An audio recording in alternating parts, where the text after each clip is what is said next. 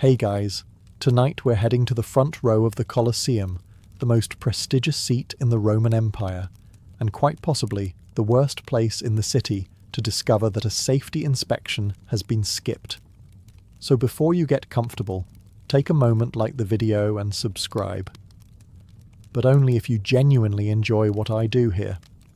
And let me know in the comments where you're tuning in from and what time it is for you. It's always fascinating to see who's joining us from around the world. Now, dim the lights, maybe turn on a fan for that soft background hum, and let's ease into tonight's journey together. Imagine that you are spending a perfectly ordinary day in ancient Rome.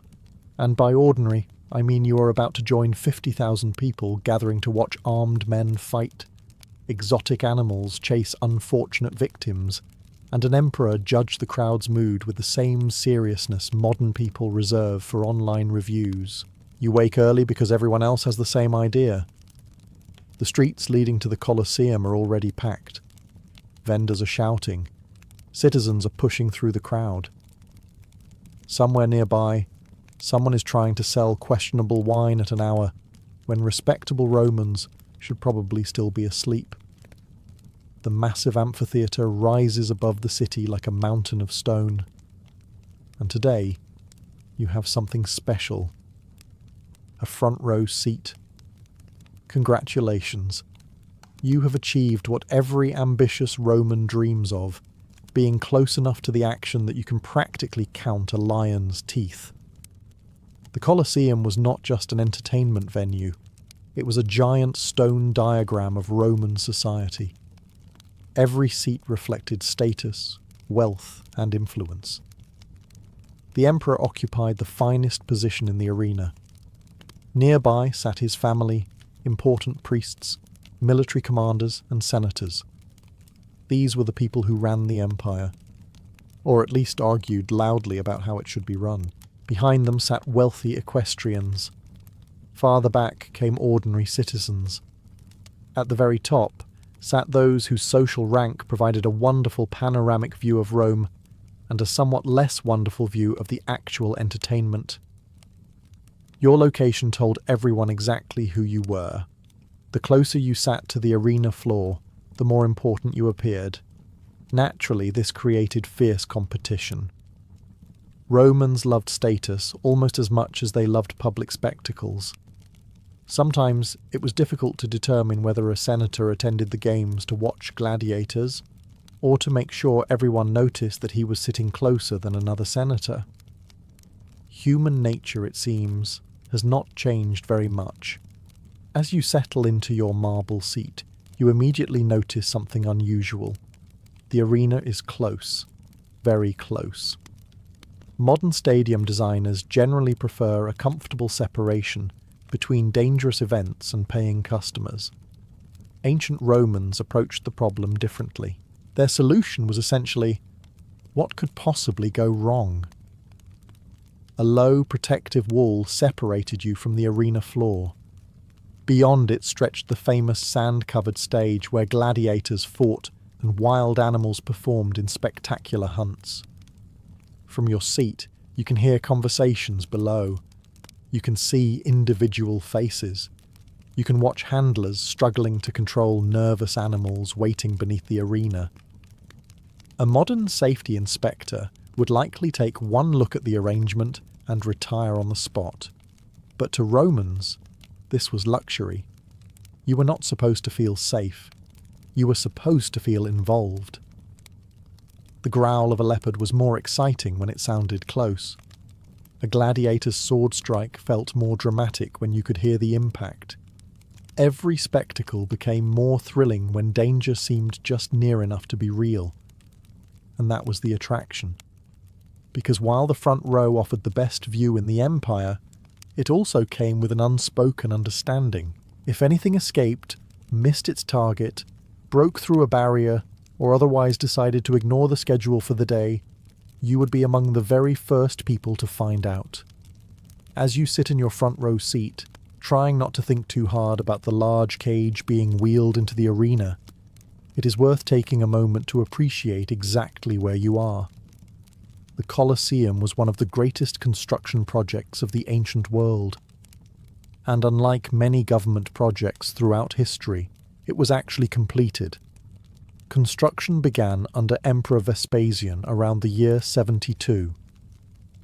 The massive amphitheatre rose on land that had previously belonged to Emperor Nero's extravagant palace complex. After Nero's death, the new rulers wanted to send a message.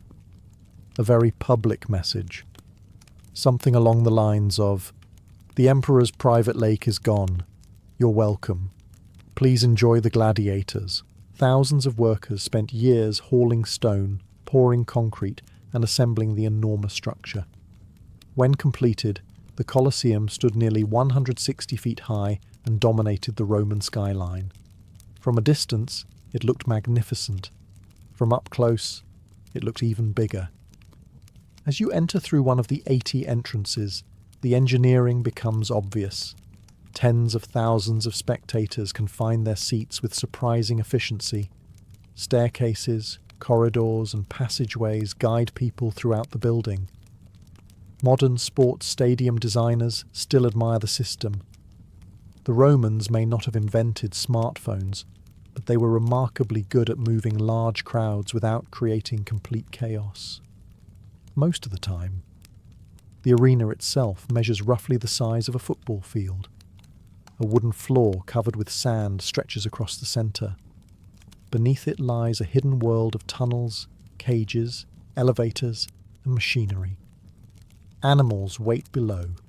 Gladiators wait below. Workers wait below, probably wishing they had chosen a less stressful profession. From your seat, however, the most striking feature is not the arena floor. It is how little separates you from it. The protective wall around the arena stands only a few feet high. Additional barriers and metal screens existed in some areas, especially during animal hunts. Yet by modern standards, the distance between spectators and danger is astonishingly small. You could easily see every expression on a gladiator's face. You could hear animals roaring before they emerged. You could probably smell them too, which was an immersive experience nobody specifically requested. This closeness was entirely intentional. Romans did not come to the Colosseum merely to observe danger. They came to feel it. The crowd wanted excitement. They wanted tension. They wanted the sensation that something unexpected might happen at any moment. And as future chapters will reveal, sometimes something unexpected did happen, which was wonderful for the spectators sitting far away. For those in the front row, it was occasionally a much more personal experience. Now that you've settled into your expensive front row seat and admired the engineering marvel surrounding you, the morning entertainment is about to begin. And by entertainment, the Romans mean releasing large carnivores into an arena and seeing what happens. The morning portion of the games was usually dedicated to animal hunts, known as venaciones. These spectacles were among the most popular events in the Colosseum. Long before gladiators entered the arena, crowds gathered to watch exotic creatures from every corner of the empire. Lions arrived from North Africa. Leopards came from distant provinces. Bears were transported from forests hundreds of miles away. Occasionally, spectators could see elephants, rhinoceroses, crocodiles, ostriches, and animals most Romans had never encountered before. For many people in the audience, this was the closest thing to international travel they would ever experience. The animals, unfortunately, had not purchased tickets voluntarily. As the arena gates open, a lion emerges into the sunlight. The crowd erupts with excitement. From your seat you can see every detail, the muscles beneath its fur, the movement of its tail, the way it scans its surroundings. And suddenly you realize something. That lion is enormous. Ancient writers often described the thrill of seeing such creatures up close. Modern zoos keep dangerous animals behind thick glass, wide moats, and multiple security systems. The Romans preferred a simpler approach. There's a wall. Is it a very tall wall? No. Good enough.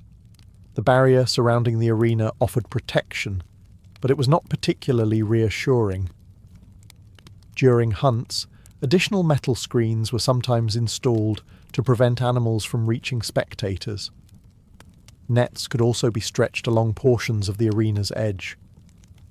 The fact that these precautions existed tells us something important. The Romans clearly understood that wild animals occasionally had ideas of their own, and wild animals are famously poor at respecting event schedules. Imagine sitting only a short distance from a leopard sprinting across the sand. You can hear its claws scraping the ground. You can hear its growls.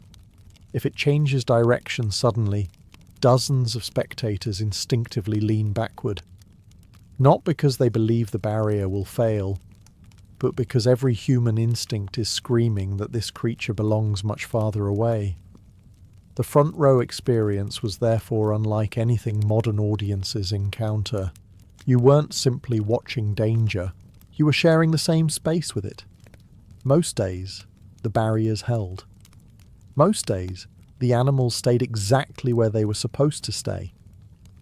But the reason spectators felt genuine excitement was because everyone understood one uncomfortable fact. Animals do not know they are participating in a carefully organised Roman entertainment programme. They only know that they are trapped, frightened, and surrounded by noise. And that occasionally made things very interesting for the people sitting closest to the arena. The reassuring thing about sitting in the front row of the Colosseum was that the Romans had installed barriers between you and the wild animals. The less reassuring thing was that the Romans felt the need to keep improving those barriers. That is usually a sign that something has gone wrong before. As the morning hunts became more elaborate, emperors competed to stage increasingly impressive spectacles. Hundreds of animals could appear during a single event. Exotic beasts were transported across continents to astonish Roman audiences. The larger the spectacle became, however, the more opportunities there were for chaos. And chaos has a habit of finding weaknesses. Ancient writers occasionally mention animals escaping control during public games. Not necessarily every week, and not necessarily in the Colosseum itself, but enough incidents occurred throughout the Roman world to keep spectators aware that things did not always go according to plan. A frightened animal is unpredictable. A wounded animal is even worse. Imagine sitting comfortably in your marble seat as hunters pursue a leopard across the arena. The crowd is cheering. The hunters are confident. Everything appears under control. Then the leopard decides it has absolutely no interest in the script prepared for today's performance. Instead of running where expected, it suddenly charges toward the arena wall. The audience gasps. People in the front rows instinctively pull back. Nobody knows exactly what will happen next. Perhaps the animal collides with the barrier and retreats. Perhaps the nets hold. Perhaps several very nervous handlers earn their wages all at once. Either way, your heart is probably beating faster than it was a moment ago. Roman engineers understood these risks.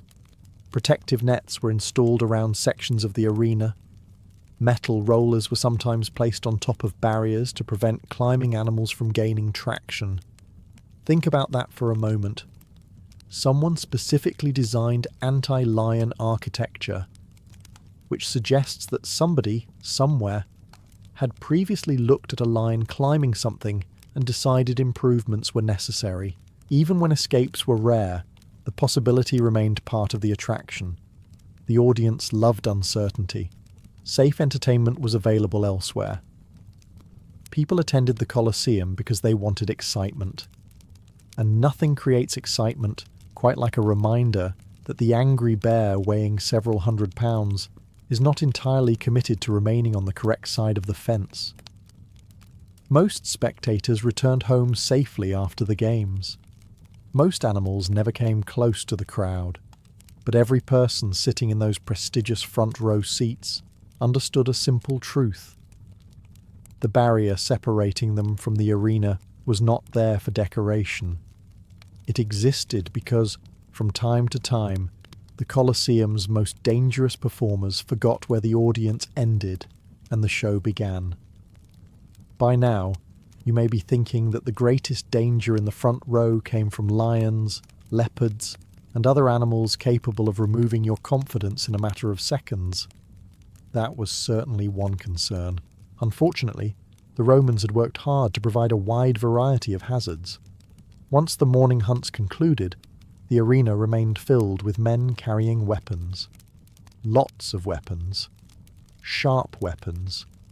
Weapons specifically designed to travel through the air at alarming speeds. And from your front row seat, you were close enough to appreciate every detail.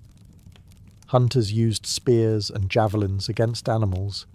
Gladiators occasionally threw weapons during combat. Special performers demonstrated military skills. Sometimes staged battles involved dozens of participants moving across the arena at once. The more people carrying weapons, the greater the chance that something would not go exactly where it was intended.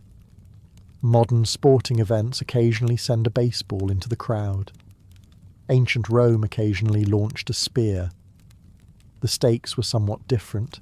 Most professional fighters were highly trained. Gladiators represented expensive investments. Their owners did not want them behaving recklessly. A skilled gladiator was valuable, and valuable assets were generally encouraged to avoid accidentally impaling important senators. Still, combat is messy. Weapons break, hands slip, people miss. Anyone who has ever attempted a simple household task knows that humans possess a remarkable ability to make objects travel in unexpected directions. Now imagine that tendency combined with combat. Ancient sources occasionally mention weapons flying into spectator areas during public games. Such incidents appear to have been uncommon, but uncommon becomes much more noticeable when the object in question is a sharpened piece of metal. Even when no weapon entered the audience, the front row experienced plenty of collateral effects. Sand sprayed into the air, wood splintered, fragments of broken equipment scattered across the arena. A powerful strike could send pieces of shields flying. A charging animal might kick up clouds of dust. The people nearest the action received the most immersive experience available in the Roman Empire, whether they wanted it or not. Imagine spending good money on an excellent seat, only to return home covered in sand and explaining to your family that part of a gladiator's shield somehow landed in your lap. On the positive side, you would have an interesting story, assuming the story ended well. The Romans accepted these risks because closeness created excitement. They wanted the sensation of being part of the spectacle rather than merely observing it. And sitting in the front row certainly achieved that goal. Because every time a spear left someone's hand, there was a brief moment when everyone nearby hoped the thrower remembered which direction the arena was supposed to be. If you've managed to survive escaped animals, flying spears, and the general Roman approach to risk management, you might begin wondering why anyone would willingly choose a front row seat. The answer is simple. The view was incredible. Dangerous, perhaps, but incredible. From the highest seats in the Colosseum, spectators could certainly follow the action.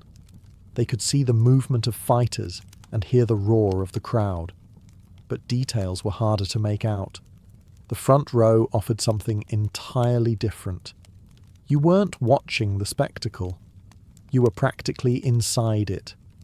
From your marble seat, every movement became visible.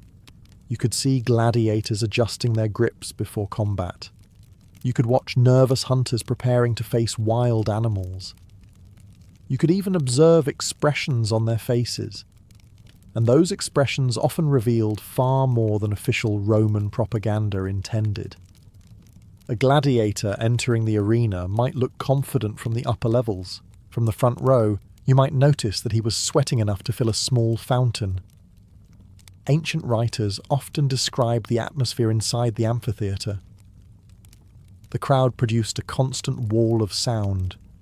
Tens of thousands of voices merged together into a deafening roar that echoed through the stone structure. When the audience approved of a performance, the noise was thunderous. When they disapproved, it was equally memorable. Imagine 50,000 Romans expressing disappointment. It would have sounded remarkably similar to 50,000 modern sports fans expressing disappointment.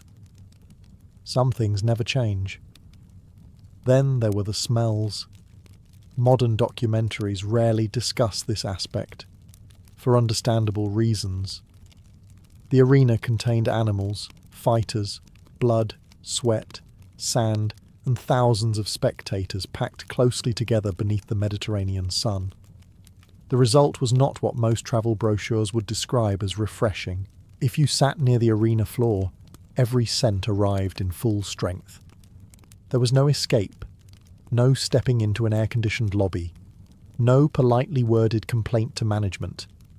You simply experienced ancient Rome exactly as ancient Rome smelled, whether you wanted to or not. Yet despite all this, elite Romans continued competing for the best seats, because closeness brought prestige. It also brought stories.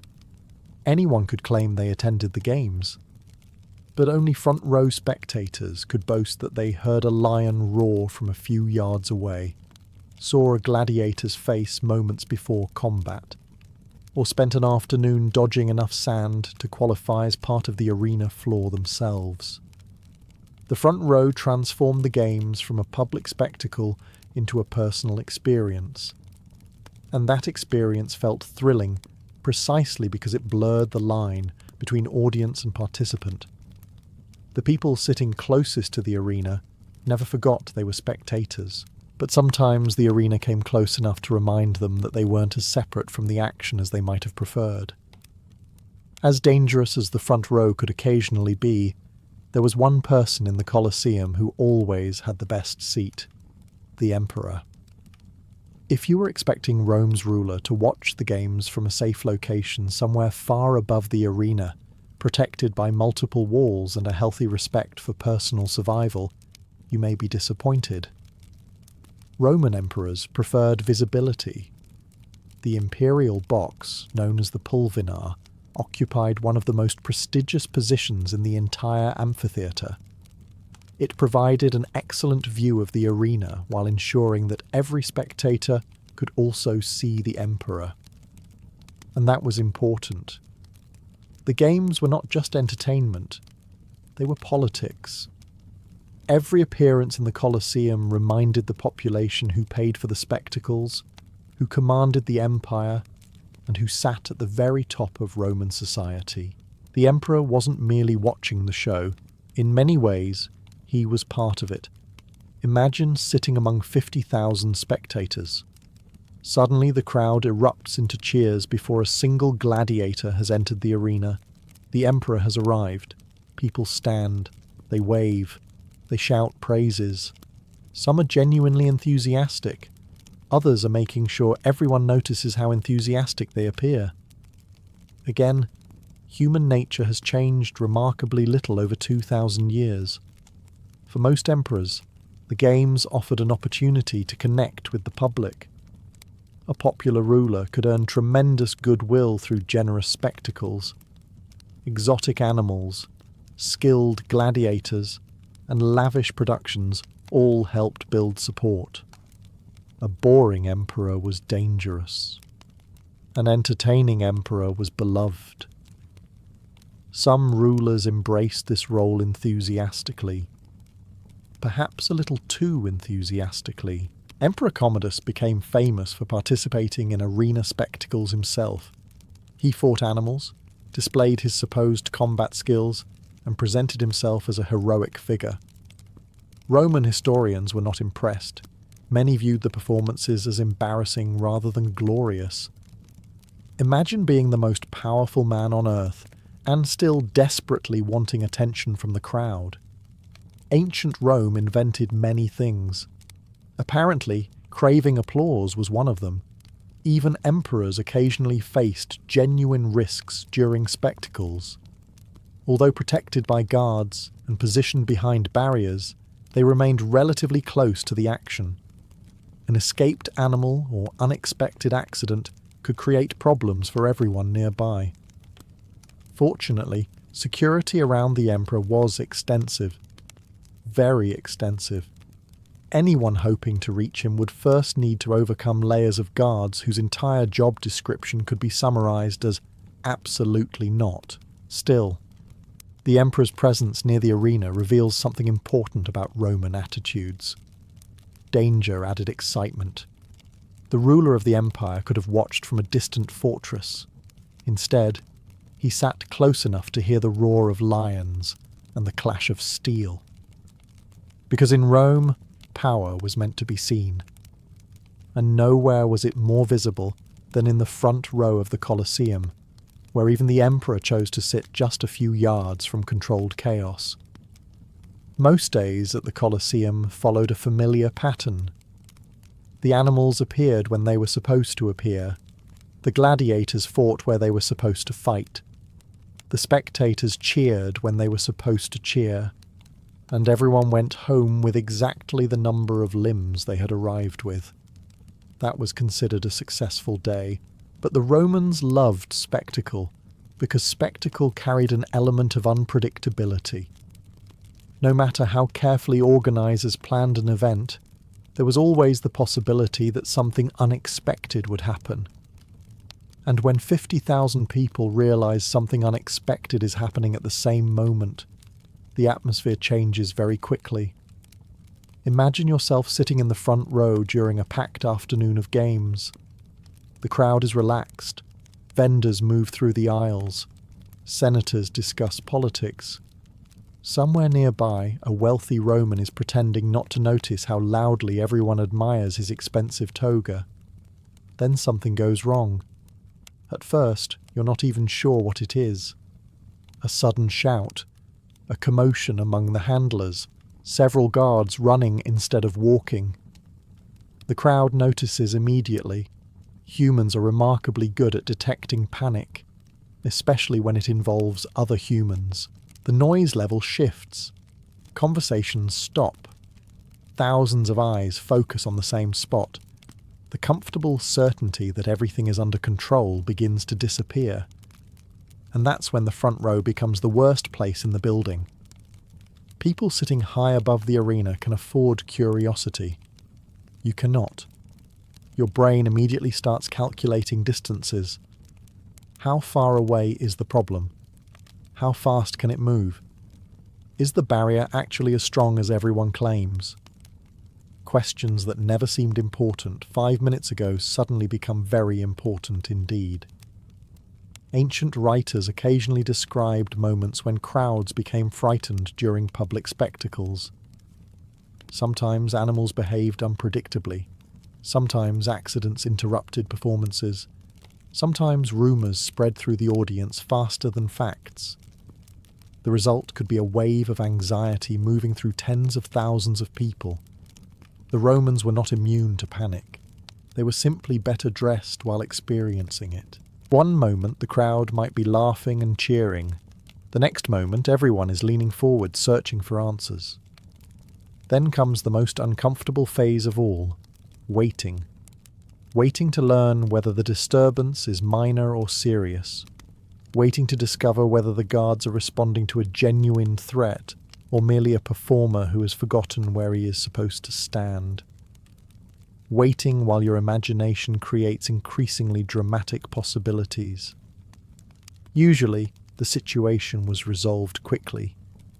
The crowd relaxed. The games continued. People laughed about their temporary fear. But for a few brief moments, spectators received a reminder that the Colosseum was not a theatre.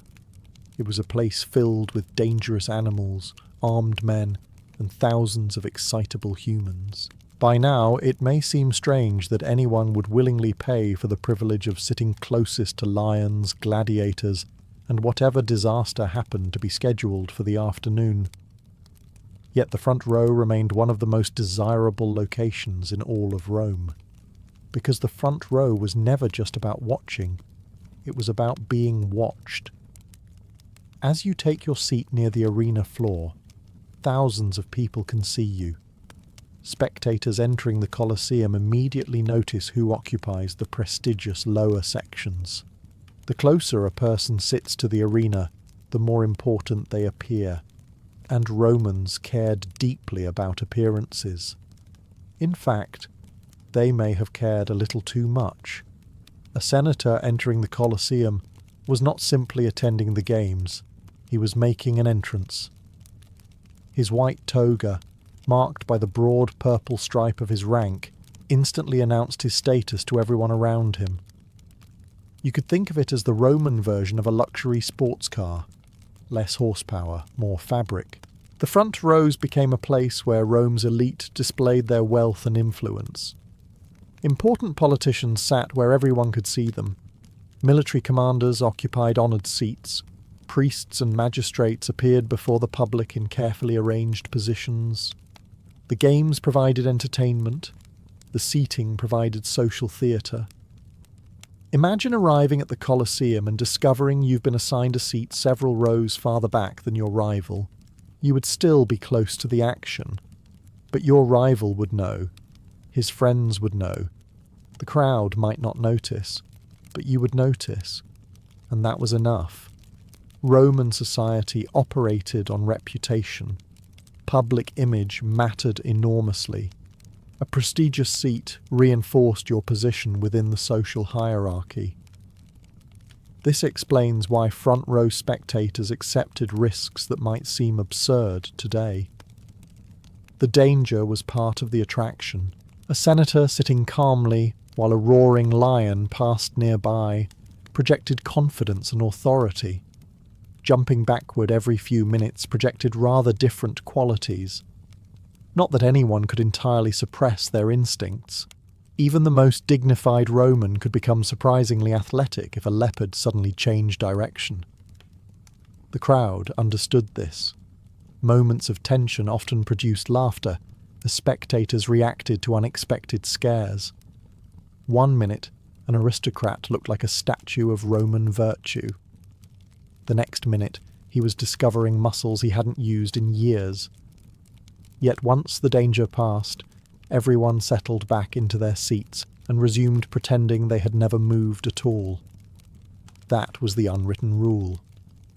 No matter how alarming the spectacle became, maintaining dignity remained important. Because in the Colosseum, status was displayed as publicly as the games themselves, and if you occupied the front row, every spectator in Rome was watching not only the arena, they were watching you.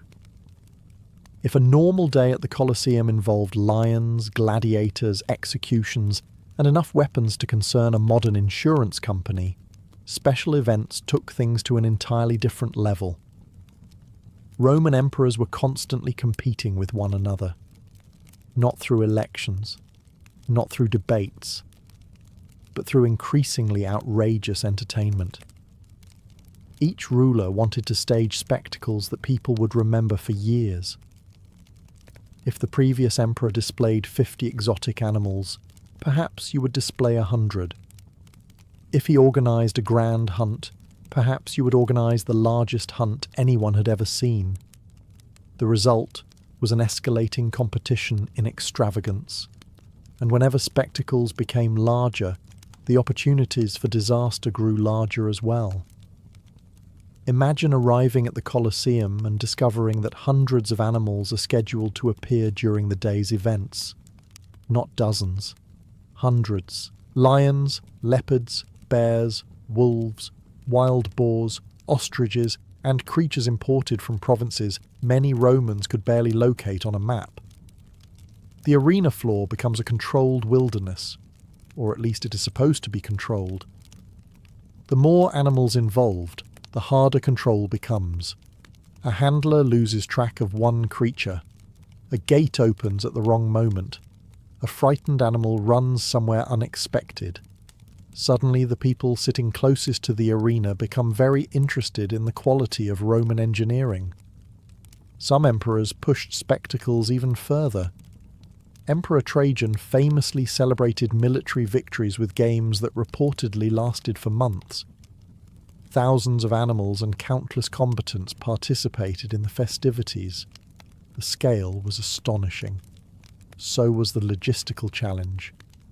Coordinating such enormous events required armies of workers, trainers, guards, and organisers. Every moving part increased the possibility that something might go wrong. And sometimes things did, not necessarily catastrophically, but enough to keep the audience alert. Then there were the elaborate staged hunts. Artificial landscapes could be constructed inside the arena. Trees, rocks, and scenery transformed the space into a miniature wilderness. Animals emerged from hidden entrances while hunters pursued them across the sand. The crowd loved it. The participants probably had mixed feelings. From your front row seat, these spectacles felt incredibly immersive. You weren't simply watching a performance. You were sitting beside a performance involving dozens of frightened animals, armed men, and complicated machinery operating under enormous pressure. Remarkably, most events succeeded. The shows continued. The crowd cheered. The emperor received applause. Yet every grand spectacle carried a hidden truth. The larger the production became, the more fragile it became, because when hundreds of animals, thousands of workers, and tens of thousands of spectators gathered in one place, perfection was almost impossible. And for the people in the front row, even a small mistake could become a very memorable afternoon. As the morning animal hunts came to an end, workers entered the arena to prepare for the next phase of the day's entertainment. And if you happened to be sitting in the front row, this was often the moment when the atmosphere changed. The excitement remained. The crowd remained. But the mood became noticeably darker. The midday events were usually reserved for public executions. Unlike gladiatorial contests, which celebrated courage and skill, these spectacles focused on punishment. The individuals brought into the arena were criminals, prisoners of war, deserters, rebels, or people condemned by Roman courts. At least according to official records. Whether every condemned person actually deserved their fate is a question Roman authorities were generally not interested in discussing. As a spectator, you immediately noticed the difference. Gladiators entered the arena armed and trained. The condemned often entered with little chance of survival. Sometimes executions involved wild animals. Sometimes they involved armed guards. Occasionally they became elaborate theatrical productions based on mythology. Unfortunately for the participants, Roman theatre occasionally included real deaths. Imagine sitting in the front row as a condemned prisoner is forced to reenact a famous mythological story. The crowd watches. The emperor watches. Everyone knows how the story will end, including the person standing in the arena. The Romans considered these spectacles demonstrations of justice and authority. Public punishment reinforced the idea that the state possessed absolute power. Fear was part of the lesson, and lessons tend to attract larger audiences when lions are involved. For spectators closest to the arena, these events could be more unsettling than gladiatorial combat. A gladiator at least possessed a chance. The condemned usually did not. The front row offered an uncomfortable level of detail. You could see facial expressions. You could hear voices. You could observe reactions that were invisible to spectators seated high above. This closeness made the experience more personal, and sometimes more difficult to ignore. Of course, not every Roman was troubled by what they saw. Many accepted executions as a normal part of public life. Some spectators even arrived specifically for these events. Ancient Rome was a society with very different ideas about entertainment. A modern audience might leave a sporting event talking about the final score. Romans could leave discussing whether the bear or the leopard had been more impressive. Civilizations evolve in interesting ways. Yet even among Roman spectators, reactions varied. Some cheered enthusiastically. Others watched quietly. A few probably wished the gladiators would hurry up and arrive. Because while the executions demonstrated Rome's power, they also served as a reminder of something unsettling.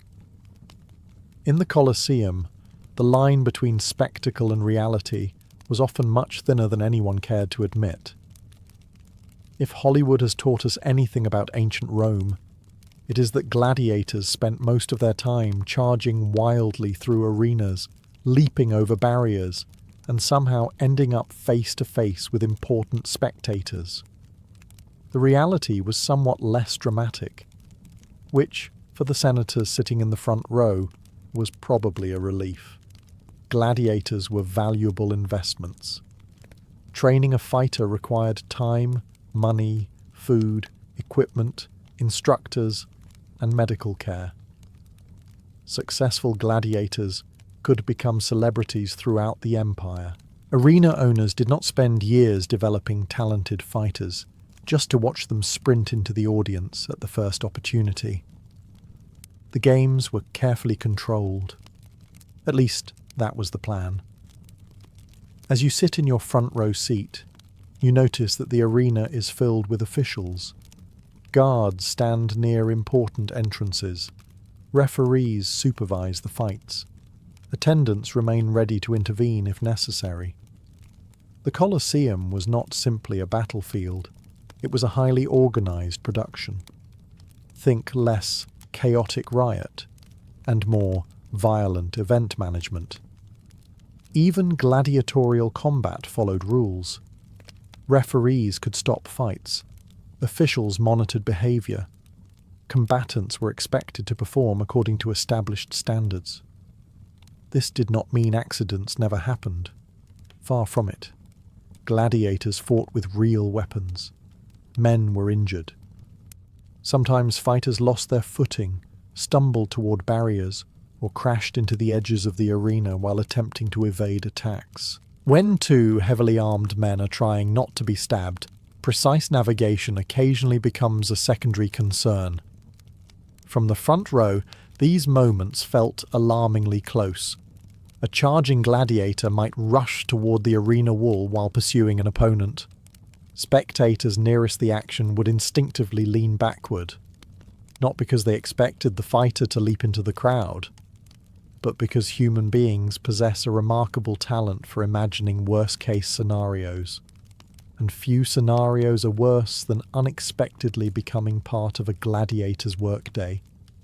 Historical evidence suggests that actual attacks on spectators by gladiators were extremely rare. Fighters understood their role. Guards remained nearby. Escaping the arena was virtually impossible. Where exactly would they go? The Colosseum contained 50,000 witnesses and approximately 0 exits marked "Freedom this way." Still, the illusion of danger remained powerful. A fighter rushing toward your section, a sword flashing in the sunlight, a body slamming against the barrier only a few feet away. These moments reminded spectators how thin the separation really was. The front row existed in a strange space between safety and risk. You were protected, mostly, yet close enough to feel every impact, hear every shout, and witness every desperate movement. And that was precisely why Romans paid so much to sit there, because nothing made the spectacle feel more real than occasionally wondering whether it was getting a little too real. After everything we've seen so far, escaped animals, flying weapons, charging gladiators, and Roman safety measures that occasionally relied on optimism, you may be asking the most important question of all. Did anyone in the front row actually die? The frustrating answer is the one historians often have to give. Maybe. Ancient Romans were surprisingly selective about what they chose to record. If an emperor won a military campaign, they wrote about it. If a politician insulted another politician, they wrote about it. If a wealthy senator built an impressive villa, they definitely wrote about it. But if a spectator named Marcus received an unexpected encounter with a panicked leopard during the games, the historical record becomes much quieter. This creates a problem. The Colosseum operated for centuries. Millions of spectators attended events. Yet surviving accounts focus primarily on emperors, gladiators, and major spectacles rather than individual audience members. That said, we know enough to reach some reasonable conclusions. First, deaths among spectators appear to have been uncommon. If large numbers of audience members were regularly being killed, Roman writers almost certainly would have mentioned it. The Colosseum would have gained a reputation as a dangerous place to sit rather than an exciting place to visit. Instead, attendance remained enormously popular. People kept coming back, which suggests that most spectators expected to survive the experience. A remarkably low bar for success, but an important one. Second, accidents undoubtedly occurred. Large crowds naturally produce accidents. Add thousands of animals, weapons, performers, and complex machinery, and occasional injuries become almost inevitable. History provides examples from other Roman arenas where spectators were harmed during chaotic events. Crowd crushes happened. Structures sometimes failed. Animals occasionally escaped control. The Roman world was not immune to disasters. The most famous example occurred not in the Colosseum, but in the amphitheatre at Fidenae, where a poorly constructed wooden arena collapsed during a show, reportedly killing and injuring thousands. Suddenly, the lion seems like only the second biggest concern. The lesson is clear. The greatest danger to spectators often wasn't a gladiator or a tiger. It was being surrounded by enormous crowds inside ancient structures where modern building inspectors had not yet been invented. As for the front row itself, it probably carried slightly greater risks than other sections. You sat closer to animals, closer to combat, closer to accidents, closer to everything. Yet even then, death was the exception rather than the rule. Most front row spectators returned home safely after the games, though they likely returned with a much stronger appreciation for barriers, distance, and the comforting realization that the lion had chosen someone else's section of the arena to investigate. So, after spending a day in the Colosseum, watching wild animals charge across the sand, seeing gladiators clash with steel, listening to 50,000 Romans roar with excitement, and occasionally questioning the wisdom of sitting so close to all of it, we finally arrive at our original question. How dangerous was the front row of the Colosseum? The answer is surprisingly Roman. Dangerous enough to be exciting, safe enough to keep selling seats. The reality sits somewhere between modern imagination and historical fact. If you picture front row spectators being regularly eaten by lions, history offers little evidence for that. The Colosseum functioned for centuries because it generally worked. The barriers usually held. The guards usually maintained control. The animals usually remained where they were supposed to remain. Usually. And that word did a tremendous amount of work, because the front row was never completely safe. You sat only a short distance from powerful predators. You watched armed men fight with real weapons. You occupied seats near machinery, animals, crowds, and spectacles that could become unpredictable in an instant. Modern audiences tend to expect absolute safety. Romans expected reasonable safety. These are not the same thing. A Roman senator likely understood that attending the games involved certain risks. But he also understood that prestige required visibility. Important people sat in important places, and important places happened to be very close to lions. That was simply part of the arrangement. In many ways, the front row symbolized the Roman Empire itself. It was grand, it was impressive, it projected confidence, and underneath that confidence was a quiet acceptance that life could be dangerous. The Romans admired courage. They respected displays of composure under pressure. Sitting calmly while a leopard prowled nearby sent a message about status and character. Of course, privately, many spectators were probably just hoping the leopard felt equally calm. As the sun begins to set and the crowd slowly leaves the Colosseum, you rise from your seat one final time. The arena floor is covered with footprints. Workers are already preparing for tomorrow's events. Thousands of spectators stream toward the exits, discussing the day's most memorable moments.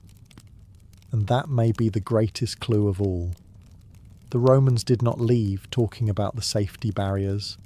They talked about the excitement, the danger, the feeling of being close to something extraordinary.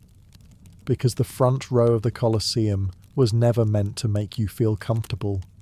It was designed to make you feel alive. And 2,000 years later, that combination of danger, spectacle, and human curiosity is precisely why we are still talking about those seats today. In Celtic society, a king could possess hundreds of warriors, vast herds of cattle, and enough land to ride across for days. He might win battles, build alliances, and intimidate his rivals. Yet none of those achievements guaranteed that future generations would remember him. For that, he needed a bard. To modern ears, this sounds almost absurd. If you were assembling a tribe, you would probably choose a few extra warriors before selecting a poet. A warrior can protect your cattle. A poet, at first glance, appears capable only of describing the cattle in unusually flattering language. The Celts saw things differently. Across Ireland, Scotland, Wales, and much of the ancient Celtic world, memory was one of the most valuable resources a society could possess. Long before printing presses, government archives, or shelves packed with books, history survived because certain people carried it in their minds. Those people were the bards. Imagine entering a great timber hall on a winter evening. Rain beats against the roof. Smoke curls upward from a central fire. Warriors crowd the benches with cups of ale in hand. At the far end sits the king, surrounded by nobles and champions. Then the bard rises. Almost immediately the room grows quiet. No one wants to miss what comes next. The bard begins reciting the deeds of ancestors long dead. He names kings, battles, marriages, victories and heroic journeys. Generations unfold through spoken verse. Events that happened centuries earlier suddenly feel alive again.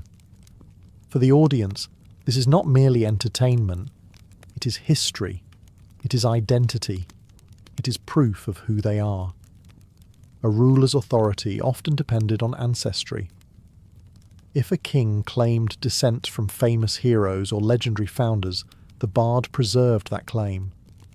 If a noble family wished to demonstrate its importance, the bard could recite its lineage before an entire gathering. Without poets, many of these memories might disappear forever. This gave bards extraordinary influence. They became historians, genealogists, diplomats, advisors, and guardians of cultural memory. Their words helped shape how rulers were viewed by both allies and rivals. But their power extended even further. A talented bard could immortalize a king through praise. Songs celebrating victories might travel across entire regions. Future generations could remember a ruler centuries after his death. Yet the opposite was also true. A biting satire could humiliate a nobleman in front of his peers. In a society built heavily on honour and reputation, public mockery was no small matter. Some rulers feared a bard's sharp tongue almost as much as an enemy's spear. A warrior could win glory on the battlefield. A bard decided whether anyone would remember it. If becoming a warrior in Celtic society required strength, courage, and skill with weapons, becoming a bard demanded something far more intimidating. You had to study, for years, possibly decades. And unlike a warrior, who could occasionally solve problems by hitting them with a spear, a bard had no such option when forgetting an important genealogy in front of a king. The path usually began in childhood. A promising young student would enter the service of an established bard and begin a long apprenticeship. From that moment forward, much of his life revolved around learning, memorizing, and reciting. The amount of information expected was astonishing. A bard had to master ancient stories, tribal histories, heroic legends, family lineages, poetry, laws, and traditional wisdom. Some Irish sources suggest advanced poets memorized thousands upon thousands of verses. Entire libraries existed only inside human minds. You can imagine the challenge. Most people today become annoyed when they cannot remember where they left their keys. Celtic bards were expected to remember the ancestors of half the kingdom, stretching back generations. Training methods reflected the seriousness of the task. Students often learned through constant repetition. Verses were recited aloud again and again until they became second nature. Teachers corrected every mistake. Accuracy mattered because a forgotten detail could alter a family history or distort an important tradition. In medieval Irish bardic schools, which preserved many older Celtic traditions, students reportedly spent long hours composing and memorizing poetry under demanding conditions. Some accounts even describe pupils working in small rooms with limited distractions, focusing entirely on the words they were expected to master. The education extended beyond memory. A bard needed a deep understanding of language itself. Poetry was considered a highly skilled art form. Verses followed strict structures, rhythms, and patterns. A talented poet could weave complex meanings into elegant lines that audiences would remember for years. As students advanced, they gradually earned higher ranks within the bardic profession. The most accomplished poets occupied prestigious positions at royal courts and advised kings directly. By the time training was complete, a bard had become far more than a performer. He was a walking archive, a living record office, a human library carrying centuries of knowledge without a single written page. The result was a figure unlike almost any other in Celtic society. Warriors defended the tribe's present, kings shaped its future, but the bard protected its past. And without that past, neither kings nor warriors could truly understand who they were. The years of training transformed a bard into a living storehouse of knowledge. But all that memorization served a larger purpose. Someone had to remember. In Celtic society, history was not locked away in dusty archives. It was carried from place to place by people. When disputes arose over land, inheritance, or status, the answer often depended on memory. And when memory mattered, the bard mattered. Imagine two noble families arguing over who possessed the stronger claim to a particular territory. There are no filing cabinets to consult. No government office waiting to provide official records. Instead, respected poets and learned men are asked to recite the histories and genealogies that establish those claims. Suddenly, remembering a great-grandfather's marriage from 80 years ago becomes surprisingly important. This was one reason rulers valued bards so highly. A king's authority rested partly on ancestry. The more impressive his lineage, the stronger his position appeared. If a ruler could trace his family back to legendary heroes, famous kings, or even mythical ancestors, his prestige increased enormously. The bard preserved those connections. At feasts and assemblies, poets could recite family trees stretching back generations. Listeners heard names linked together like chains reaching into the distant past. These genealogies reminded everyone that power was not simply being claimed, it was inherited through an honoured line. Of course, remembering these enormous family networks was no easy task. Many noble families were connected through marriage, alliance, and shared ancestry. A skilled bard needed to keep track of relationships that would make modern family reunions seem refreshingly simple. Yet genealogy was only part of the job. Bards also preserved the stories of entire tribes. They remembered migrations, victories, defeats, treaties, and famous leaders. When people gathered during festivals or royal ceremonies, these stories reinforced a shared identity. A warrior might defend his tribe with a spear. The bard defended it with memory. His stories reminded people where they came from and what connected them to one another. Heroes became examples for future generations. Great victories inspired pride.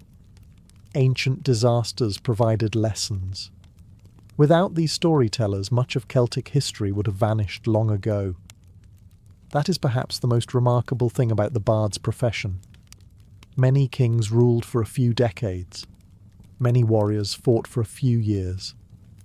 But the bard served as a bridge between centuries, carrying the voices of the dead into the ears of the living.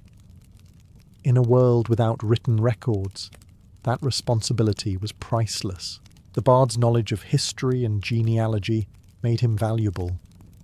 But it was inside the king's hall that his importance became impossible to ignore. Picture a royal feast in Celtic Ireland or Britain. The fire crackles in the centre of a great timber hall. Noble guests arrive from neighbouring territories. Warriors boast about recent victories. Servants move between benches carrying platters of roasted meat and overflowing drinking horns. At the head of the gathering sits the ruler. Nearby sits someone almost as important: the bard. His position was no accident. Seating arrangements in Celtic society reflected status, and respected poets were often given places of honour close to the king himself. This was a public reminder that words carried power.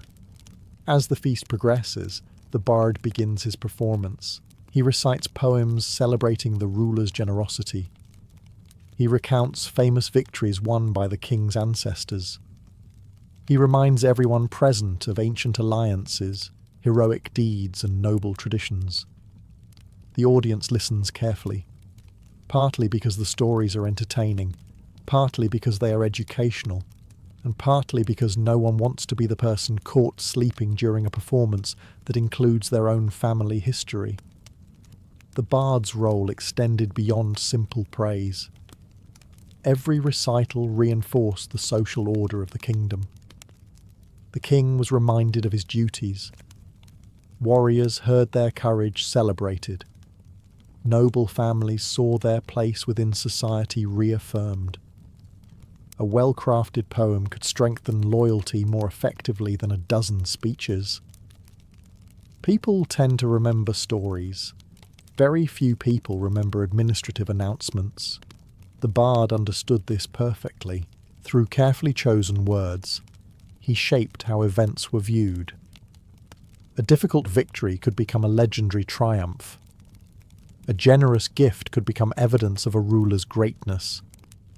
A diplomatic alliance could be presented as the fulfillment of ancient destiny. This influence required skill and caution. A bard could not simply invent history. Audiences knew many of the events being described. Exaggeration was expected, but credibility still mattered. The finest poets balanced truth, tradition, and artistry in ways that elevated their patrons without losing the audience's trust. For kings, this was invaluable. A ruler could command obedience through force. He could collect tribute through authority. But earning admiration was much harder. That is where the bard excelled. Night after night, feast after feast, he transformed political power into something far more enduring: reputation. And in Celtic society, a king's reputation could outlive his kingdom, his descendants, and even the hall where the poem was first sung. The bard's ability to praise a ruler was valuable. His ability to criticize one was terrifying. In Celtic society, words were not viewed as harmless sounds drifting into the air.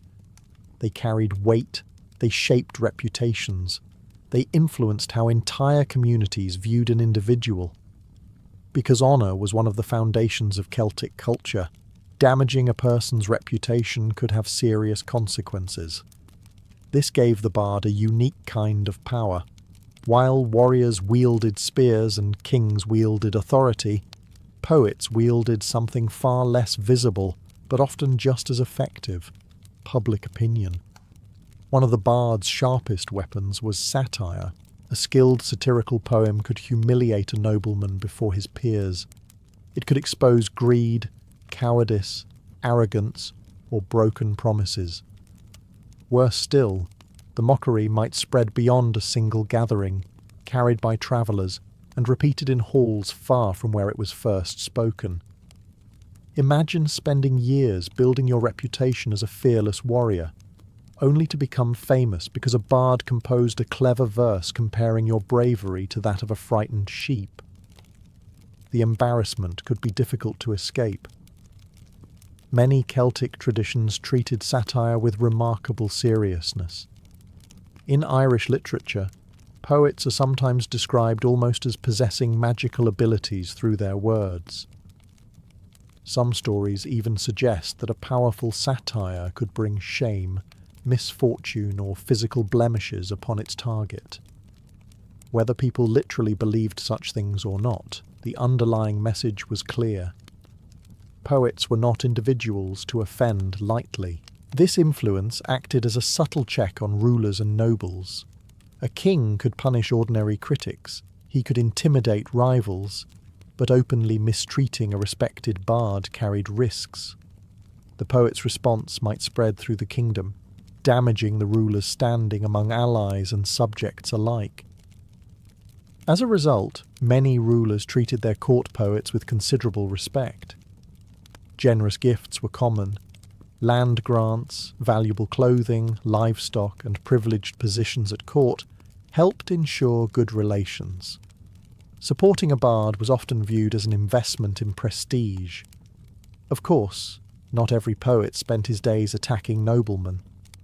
Most preferred praise to conflict, especially when praise came with rewards attached. Still, everyone understood the possibility. Behind every elegant poem and flattering tribute stood a sharp mind capable of turning admiration into ridicule if circumstances demanded it. That combination made the bard one of the most unusual figures in Celtic society. He was neither king nor warrior, yet even powerful rulers often thought carefully before making an enemy of him. After all, a spear wound eventually healed. A reputation damaged by a great poet might survive for generations. The bard's influence did not end when the feast was over. Once the songs had been sung, the guests had gone home, and the drinking horns were empty. Many rulers continued seeking the poet's counsel. This might seem surprising. After all, bards are usually remembered as storytellers, not political advisors. Yet in Celtic society, the two roles often overlapped. Think about it from a king's perspective. Who in the kingdom knew the history of alliances stretching back generations? Who remembered ancient disputes between neighbouring tribes? Who could recall how previous rulers handled a similar crisis 50 or 100 years earlier? Very often, the answer was the bard. Years of education had filled poets with far more than stories. They possessed knowledge of law, tradition, genealogy, and politics.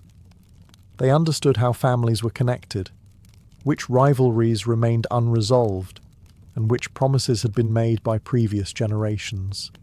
In many ways, they served as living reference books. Except, unlike a book, a bard could answer questions. A ruler considering marriage alliances might consult a bard to understand family connections. A chief negotiating with a neighbouring tribe might seek advice about past agreements. Even disputes over succession could require a poet's expertise. The bard's memory became a practical political tool. This made him valuable during diplomatic gatherings. When delegations arrived from other territories, poets often played important ceremonial roles. They welcomed guests, recited genealogies, and reminded everyone of shared ancestry or old friendships. Such performances were not merely polite entertainment, they were diplomacy. Imagine two rival chiefs sitting across from one another after years of tension. A bard begins recounting the heroic deeds of ancestors who once fought side by side. Suddenly, the conversation is no longer focused solely on recent disagreements. It is connected to a larger shared history. That could help ease negotiations. Poets also travelled more widely than many ordinary people. Moving between courts allowed them to gather news, observe political developments, and carry information from one region to another. In an age without newspapers, that knowledge was extremely valuable. A wise ruler paid attention to what his bard had heard. Over time, some poets became trusted confidants of kings. Their advice was not always followed, but it was often respected. This reveals something important about Celtic society. The ideal leader was not expected to rely solely on force. Strength mattered, courage mattered, but wisdom mattered too, and few people possessed more accumulated wisdom than the bard, whose mind contained the experiences, successes and failures of countless generations before him. The bard advised kings, preserved history, and shaped reputations during a ruler's lifetime. But perhaps his greatest power appeared after that ruler was dead. Most Celtic kingdoms were small by modern standards. Borders shifted constantly. Dynasties rose and fell. Strongholds that once seemed permanent could be abandoned within a few generations. Yet some names survived. Why? Because a bard remembered them. In a world without mass literacy, stories were the closest thing to immortality. A warrior might perform incredible deeds on the battlefield, but if nobody recorded them, those achievements could vanish within a generation. A king might rule wisely for decades, but without someone to preserve his memory, future descendants might barely know he existed. The bard stood between glory and oblivion. When a great ruler died, poets often composed elegies celebrating his accomplishments. These were not simple funeral speeches. They were carefully crafted works designed to ensure that future generations would continue speaking the ruler's name. The best bards transformed history into legend. A successful battle became an epic struggle. A skilled chief became a larger-than-life hero. An ordinary victory gained layers of symbolism and meaning. Over time, the line between history and legend sometimes became difficult to see. Consider the famous heroes who appear throughout Irish and Welsh traditions. Figures such as Cú Chulainn, Fionn McCumhail, and many others survived, not because they left written memoirs behind, but because generations of storytellers continued reciting their tales. The stories changed and evolved, but the names endured. That was the bard's gift. He could preserve a person's memory long after their descendants were gone. Of course, this power carried responsibility. A careless poet could distort events. An overly loyal bard might exaggerate achievements beyond recognition. Audiences expected a degree of embellishment, but they also valued authenticity. The The greatest poets found a balance between celebrating their subjects and preserving meaningful truths. For rulers, this made bardic support invaluable. Winning a battle provided immediate rewards. Being remembered centuries later was something far rarer. Many kings understood this perfectly. That is why poets received gifts, privileges, and places of honour. Patronizing a bard was not merely an act of generosity, it was an investment in legacy. Long after a king's hall collapsed and his descendants disappeared into history, a story could continue travelling from one generation to the next. The kingdom might be gone. The bard's words might be all that remained, and sometimes that was enough to make a mortal man feel immortal. For centuries, bards occupied a position near the centre of Celtic society. Kings relied on them. Warriors respected them. Families depended on them to preserve their histories.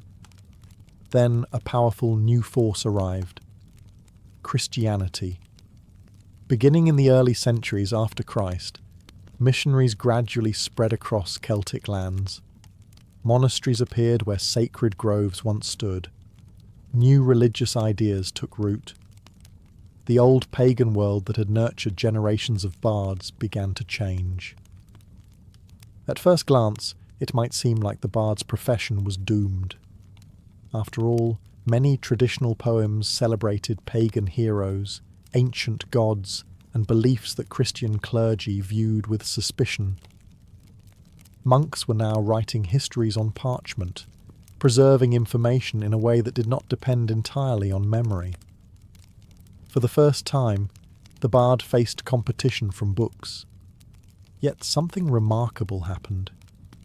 Instead of disappearing, many bardic traditions adapted. The wisest poets understood that survival often requires flexibility. They continued preserving genealogies, histories, and heroic tales, but increasingly did so within a Christianized society. Meanwhile, monks themselves began recording many of the old stories. Ironically, some of the greatest Celtic legends survived because Christian scribes copied them into manuscripts.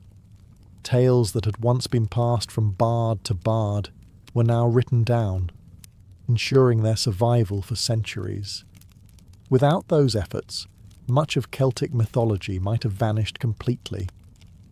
The relationship between clergy and poets was not always smooth. Church leaders occasionally criticised wandering storytellers and performers. Some viewed them as relics of an older age, but rulers still valued the skills of trained poets. A king in Christian Ireland still needed someone who could recite his ancestry. A noble family still wanted its achievements remembered. A kingdom still required historians. As a result, bardic schools continued operating long after Christianity became dominant. In medieval Ireland, highly trained poets retained impressive status. Some spent years mastering complex verse forms and studying traditional learning. Their profession evolved, but its prestige endured. The world around them had changed dramatically. The old gods faded. Monasteries multiplied. Written records became increasingly common. Yet the bard remained. That persistence reveals just how deeply Celtic society valued the spoken word. Empires rise and fall. Religions spread. Political systems transform. But people never stopped wanting their stories told. And as long as stories mattered, there was still a place for the bard. Even in a Christian world, rulers continued to understand an ancient truth. A kingdom needs soldiers to defend it, but it also needs someone to remember why it existed in the first place. By now, the bard's place in Celtic society should seem far less mysterious. He preserved history. He advised rulers. He strengthened alliances. He protected family reputations. He could elevate a king's status or damage it through satire. Most importantly, he ensured that the achievements of a ruler survived beyond a single lifetime. This explains why Celtic kings often valued poets almost as much as warriors. At first glance, the comparison seems unfair. A warrior defended borders, fought enemies, and risked his life in battle. When danger threatened the tribe, it was not the bard who stood in the shield wall. Yet rulers understood something that many people overlook. Winning a battle was only part of ruling. The harder task was convincing people that the victory mattered. Imagine a chief who defeats a rival tribe in a brilliant campaign. His warriors fight courageously, his strategy succeeds, his kingdom expands, then 20 years pass. Many of the veterans die. Another generation grows up. Soon only fragments of the event remain in people's memories. Without someone preserving the story, the victory slowly fades. Now imagine the same event with a skilled bard present. The day begins before sunrise. There is no alarm clock, no fresh coffee brewing in the kitchen, and certainly no stack of fluffy pancakes waiting to improve your mood. You are in ancient Sparta, where comfort is viewed with deep suspicion and breakfast is not considered an exciting event worth discussing. A faint grey light creeps over the mountains surrounding the Eurotas Valley. Roosters crow, dogs bark in the distance. Smoke begins rising from simple homes as families prepare for another day in one of the most disciplined societies the ancient world would ever produce. A Spartan citizen rises from his bed. He is not thinking about food, at least not in the way most people do today. For Spartans, meals were fuel, necessary, important, but never the centre of life. The ideal Spartan admired endurance, self-control, and toughness. A man who constantly complained about hunger or obsessed over luxurious meals risked appearing weak. This attitude shaped everything about the Spartan table. The citizen dresses quickly and prepares for the duties ahead. Military training, public obligations, inspections, and communal activities dominate his schedule. Personal pleasure ranks surprisingly low on the list. Soon, a simple morning meal appears. Nothing extravagant. Perhaps a piece of coarse barley bread, a few olives harvested from local groves, some goat cheese, dried figs if the season has been generous. Watered wine may accompany the meal, though not in excess. The portions are modest. Modern visitors expecting an enormous warrior's breakfast might be disappointed. After all, Sparta produced some of Greece's most feared soldiers. Surely they started the day with heroic quantities of food. Not quite. Spartan culture deliberately encouraged moderation. Hunger was considered manageable. In fact, young boys undergoing the famous agoge training system were often kept slightly hungry on purpose. The idea was that discomfort built resilience. You can imagine the reaction of a modern teenager informed that constant hunger is actually part of the educational curriculum. The breakfast disappears quickly. There is little ceremony, no lingering conversations around the table, no second helping because it is a stressful Tuesday. The meal has accomplished its purpose. It provides enough energy to begin the day while reinforcing a lesson every Spartan learned from childhood. The body must serve the mind, and the mind must serve the state. As the sun climbs higher over Laconia, the morning meal is already finished. The real work of being Spartan is about to begin, and as the hours pass, hunger will return. That, too, is part of the lesson. The simple meal that began the morning was only one part of a much larger Spartan philosophy. In Sparta, breakfast was not designed to impress anyone. It was designed to prepare you for work. As the first light spreads across the Eurotas Valley, men, women, and children throughout the city begin eating their modest morning food. Yet, despite sharing the same culture, not everyone experiences breakfast in quite the same way. A young boy in the agoge, Sparta's famous training system, has perhaps the hardest start to the day. From the age of 7, Spartan boys entered a world built around discipline, endurance, and obedience. Food was intentionally limited. The goal was not starvation, but constant mild hunger. Instructors believed that boys who learned to function while uncomfortable would become stronger soldiers as adults. This created an unusual educational system. Most schools reward good performance with praise. Spartan schools occasionally rewarded it with slightly more food. The boys typically ate simple staples: barley bread, cheese, olives, and whatever additional provisions were available. Hunger remained a constant companion. In fact, boys were encouraged to steal food when the opportunity arose, not because theft itself was admired. The real lesson was resourcefulness.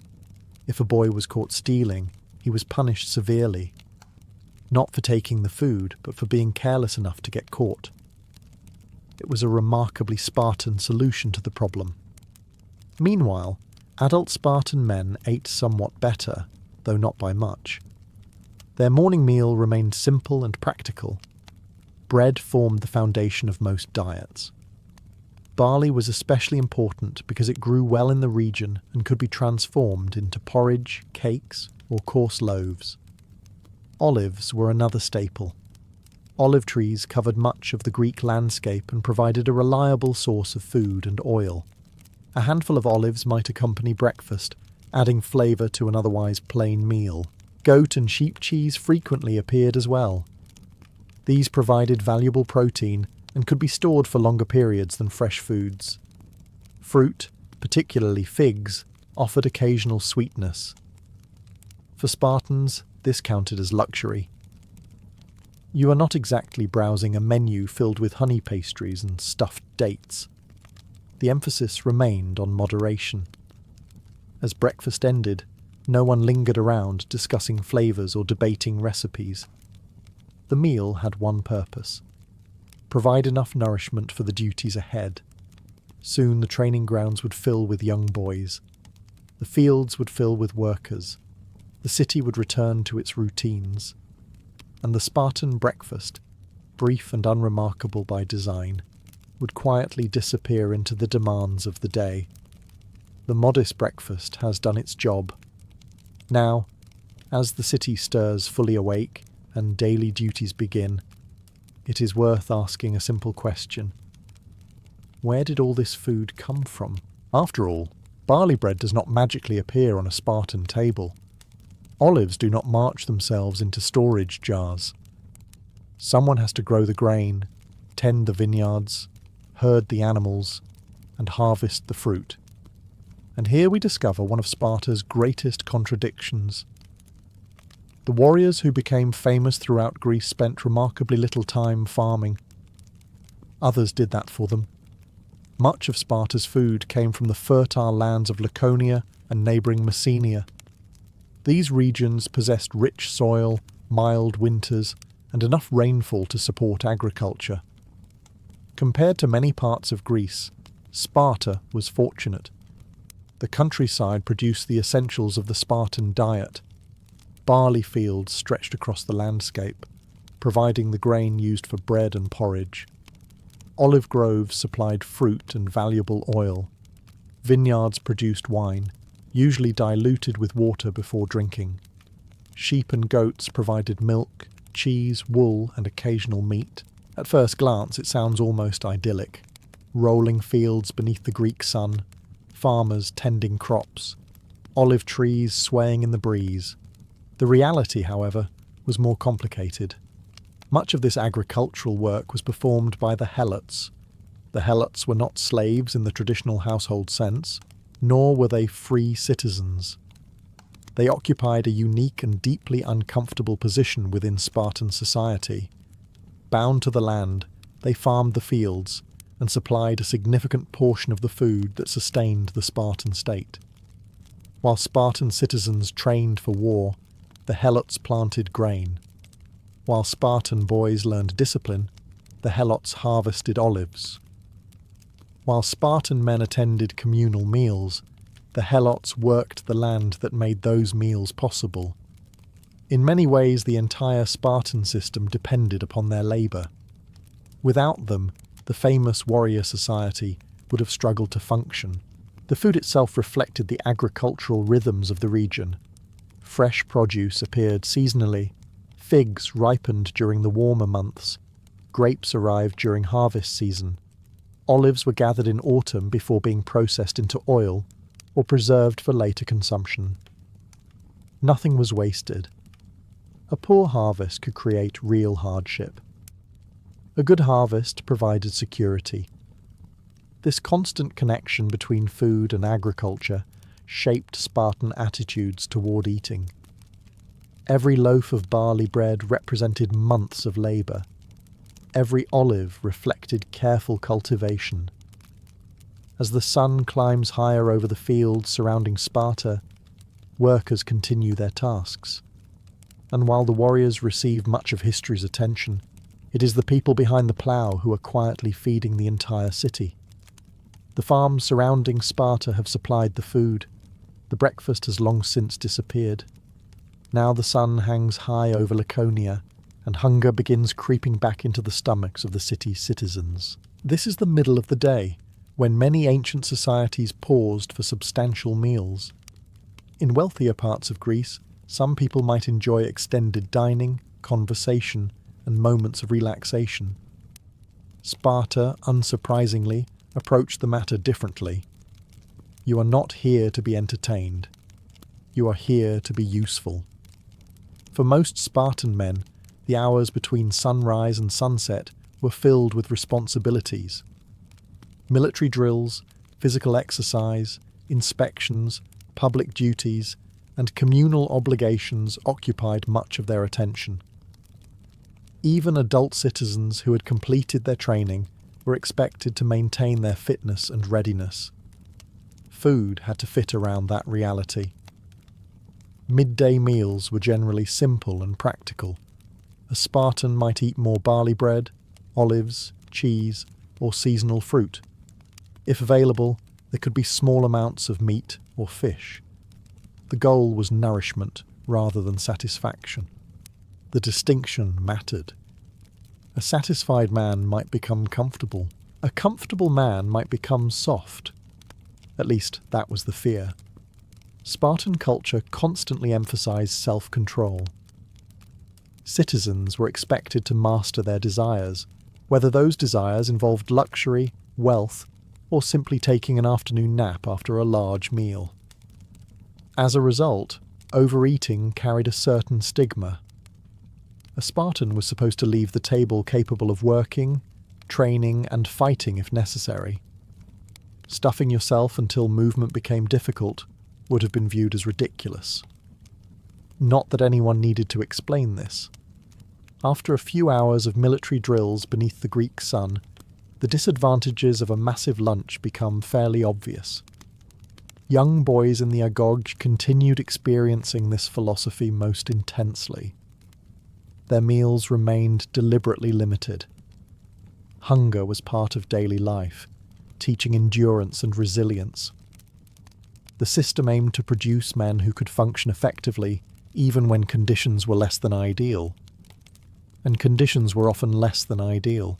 Military campaigns rarely arrived with fully stocked kitchens. Battlefields were not famous for their dining options. The Spartans wanted soldiers who could tolerate discomfort without complaint. Even water consumption reflected discipline. While hydration was necessary, excess was discouraged. Moderation governed nearly everything. As midday passes and the heat settles across the valley, Spartan citizens return to their duties. The meal is over almost as soon as it begins. No elaborate courses, no lingering at the table, no lengthy debates about whether the olives paired well with the cheese. There is work to be done, and in Sparta, duty always arrives before dessert. The midday meal is finished. For most Spartans, it was enough to keep them moving through the afternoon. But enough was not always the same as satisfying. In fact, many Spartans spent much of their lives slightly hungry. This was especially true for young boys undergoing the agog. Their meals were intentionally limited, forcing them to think creatively about obtaining additional food. The state wanted future soldiers who could survive shortages, adapt to difficult situations, and remain resourceful when supplies ran low. As a result, hunting, fishing, and gathering became valuable skills. A Spartan boy wandering through the countryside might search for wild berries, edible plants, or figs growing beyond cultivated orchards. Streams and rivers offered opportunities to catch fish. Forested hills contained rabbits, birds, and other small game. None of this was guaranteed. That was part of the lesson. Success required patience, observation, and effort. The countryside surrounding Sparta became a giant classroom where nature itself served as the instructor. Young Spartans learned how to move quietly, recognize animal tracks, and understand the habits of prey. Skills useful for hunting often proved useful during military campaigns as well. After all, sneaking up on a rabbit and sneaking up on an enemy scout require surprisingly similar levels of discretion. Failure, meanwhile, usually resulted in continued hunger. Nature could be a demanding teacher. Fishing also supplemented the Spartan diet. The nearby rivers and coastlines provided access to fish and shellfish, which added variety to meals that otherwise relied heavily on grain and olives. Fresh fish was particularly valuable because it offered protein without requiring the expense of slaughtering livestock. Meat itself remained relatively uncommon for ordinary Spartans. Contrary to popular imagination, they were not feasting on roasted animals every evening. Sheep, goats, and pigs represented valuable resources. Animals provided milk, wool, labour, and breeding stock. Slaughtering them was not always the most practical choice. When meat did appear, it was often connected to hunting, sacrifices, or special occasions. This made successful hunts especially rewarding. Imagine returning to camp with a freshly caught hare after days of eating little more than bread and olives. Suddenly, you are not merely a hunter. You are the most popular person in the vicinity. As the afternoon wears on, these additional food sources help fill the gaps left by Sparta's deliberately modest meals. Yet they also reinforce a deeper lesson. The Spartans believed comfort created weakness. Resourcefulness created strength. And sometimes the difference between the two was nothing more than a hungry boy, a rabbit in the brush, and the determination to catch it before sunset. The afternoon is fading. The hunting is done. The training grounds are growing quieter. Shadows stretch across the streets of Sparta as citizens prepare for the meal most famously associated with their city. And now we arrive at the dish that terrified visitors, confused foreigners, and somehow became one of the most famous recipes in ancient history. Black broth. Even the name sounds slightly threatening. If you are expecting honey cakes or roasted delicacies after a long day, Sparta has disappointing news for you. Black broth was a simple stew traditionally made from pork, blood, salt, and vinegar. The exact recipe remains uncertain because ancient cooks had the irritating habit of not leaving detailed cookbooks behind. Still, ancient writers described it often enough that its reputation survived. Unfortunately, the reviews were mixed.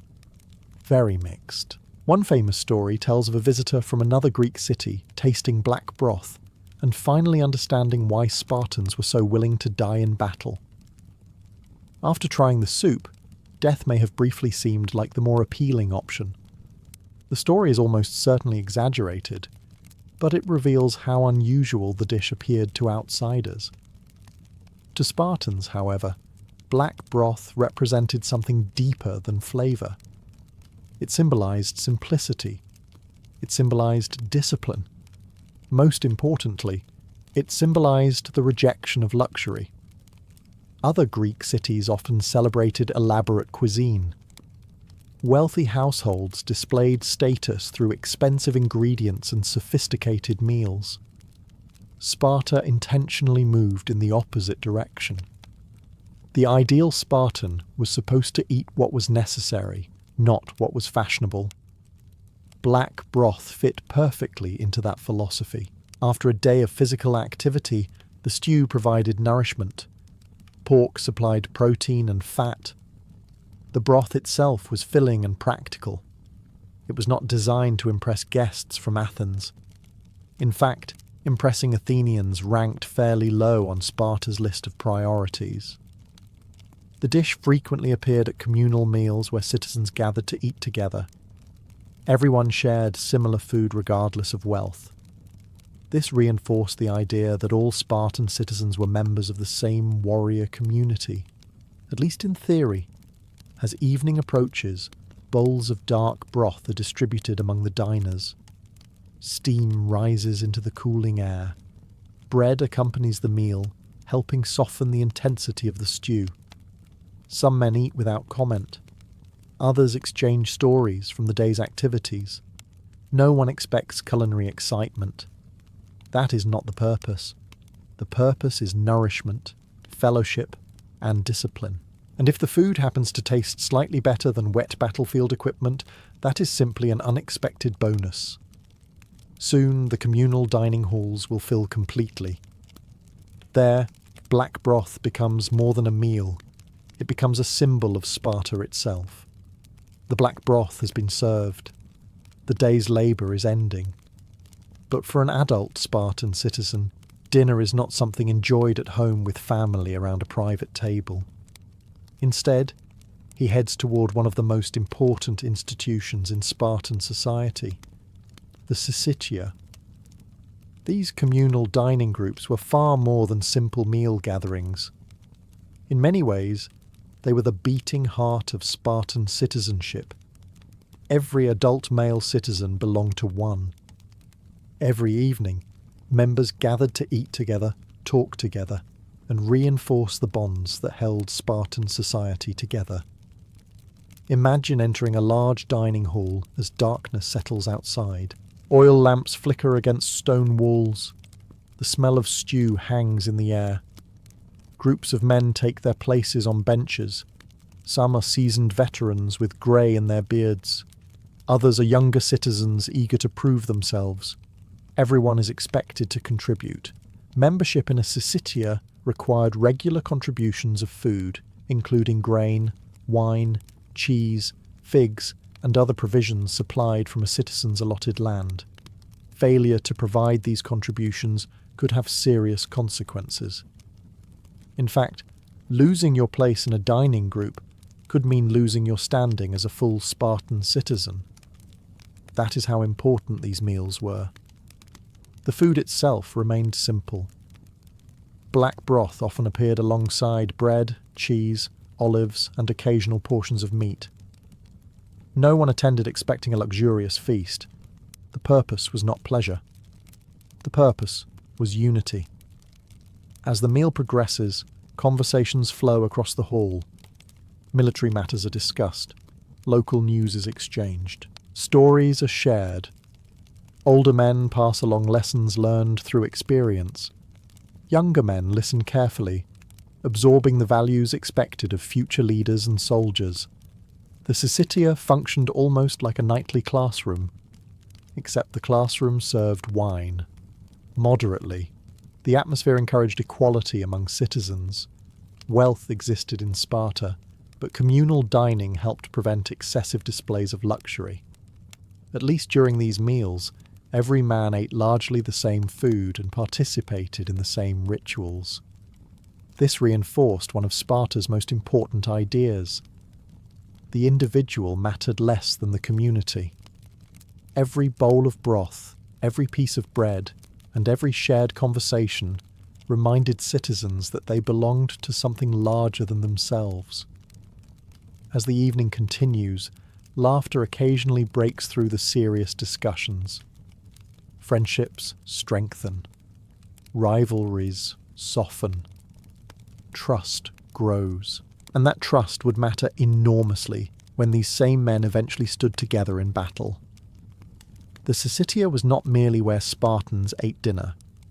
It was where Sparta itself was quietly rebuilt every single night. The Syssitia has shown us the everyday reality of Spartan dining: simple food, shared meals, strict discipline. Yet even Sparta, perhaps the least likely place in Greece to host a culinary celebration, occasionally loosened its belt. Not very much, but enough. For all their reputation as stern warriors, Spartans were still human beings. They celebrated religious festivals, honoured the gods, marked important victories, and gathered for public ceremonies. During these occasions, the food could become noticeably more generous. The key word, however, is noticeably by Spartan standards. An Athenian visiting one of these feasts might still wonder whether the cooks had misplaced half the menu. Many celebrations centered around religious sacrifices. Throughout Greece, sacrifices played a major role in public life. Animals were offered to the gods, but unlike modern assumptions, much of the meat did not go to waste. After the ritual, participants often shared the food in communal meals. For ordinary Spartans, this could be one of the few opportunities to enjoy larger portions of meat. The smell alone must have been enough to attract attention. After weeks of bread, cheese, olives, and black broth, a properly roasted animal would seem almost miraculous. Festivals dedicated to gods such as Apollo, Artemis, and other important deities brought people together from across Spartan territory. Athletic competitions, music, dancing, and religious ceremonies often accompanied the meals. This is one of the most surprising aspects of Sparta. The city is often imagined as a place where everyone spent every waking moment sharpening spears and glaring at each other. Reality was more complicated. Music remained important. Religious celebrations remained important. Community gatherings remained important. Even warriors occasionally enjoyed themselves. The food served during festivals reflected the resources available. Roasted meat, additional bread, wine, fruits, and special offerings might appear. Honey, one of the ancient world's favourite sweeteners, could transform ordinary foods into rare treats. Imagine tasting honey-covered cakes after months of Spartan restraint. You would probably remember the experience for years. The celebration, however, never lasted forever. Spartan culture remained deeply suspicious of excess. Feasting was acceptable. Indulgence was not. The goal was to honour the gods and strengthen the community, not lose yourself in luxury. As the festival draws to a close, the fires burn lower and the crowds begin returning home. Tomorrow the familiar routines will return. The black broth will return. The discipline will return. But for one evening, Sparta has briefly revealed a different side of itself. Not just a city of warriors, a city of people. The festival is over. The laughter fades. The fires burn low. Families return home. Warriors leave the dining halls, and darkness slowly settles across the valley of the Eurotas. Another day in Sparta is coming to an end. If you look back across the meals of the day, something becomes clear. The Spartans were not simply eating. They were practicing a philosophy. From the first piece of barley bread at dawn to the final bowl of broth after sunset, every meal reflected the values that made Sparta famous throughout the ancient world. Discipline, moderation, endurance, community. A modern visitor might find the Spartan table surprisingly plain. Breakfast lacked excitement. Lunch was practical rather than enjoyable. Dinner often featured the infamous black broth that had frightened generations of foreign guests. There were no celebrity chefs, no secret family sauces, no debates about whether the olives were locally sourced. Sparta would have been a difficult place for a food critic to build a career, yet the simplicity served a purpose. The Spartans believed that luxury weakened character. A man who constantly chased comfort might struggle when comfort disappeared. A soldier accustomed to rich meals might find hardship unbearable during a campaign. So they trained themselves to need less food, less comfort, less pleasure. The goal was not misery, the goal was freedom. A person who could function with little was harder to intimidate and harder to defeat. The sun is sinking toward the horizon. You have spent the entire day marching. Your feet hurt. Your shoulders ache. The pack on your back feels twice as heavy as it did at sunrise. Dust covers your sandals. Sweat has soaked through your tunic. At this point, you would happily eat almost anything placed in front of you. Unfortunately, you are a Roman legionary, and dinner is still a long way off. As the marching column finally reaches its destination, the soldiers do not immediately begin cooking. They do not unpack food. They do not gather around campfires.